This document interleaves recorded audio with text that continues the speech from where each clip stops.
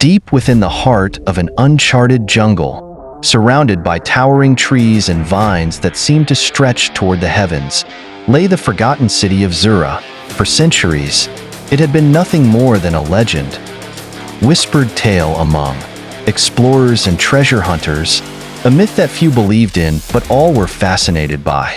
Amelia Hawthorne, a renowned archaeologist, had spent most of her life chasing ancient civilizations.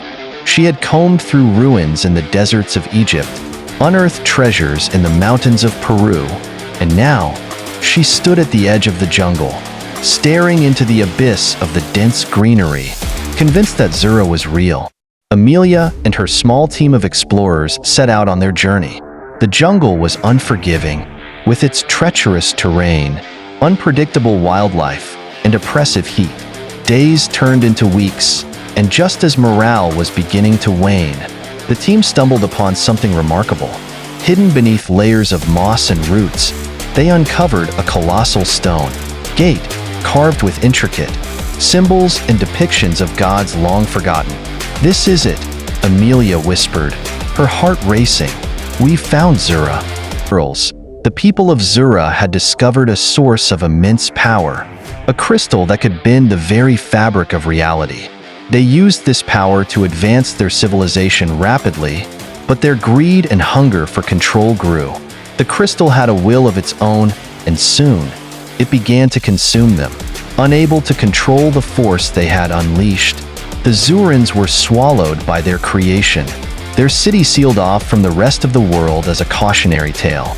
Further, shadows moved in the corners of their vision, and a sense of being watched grew ever stronger.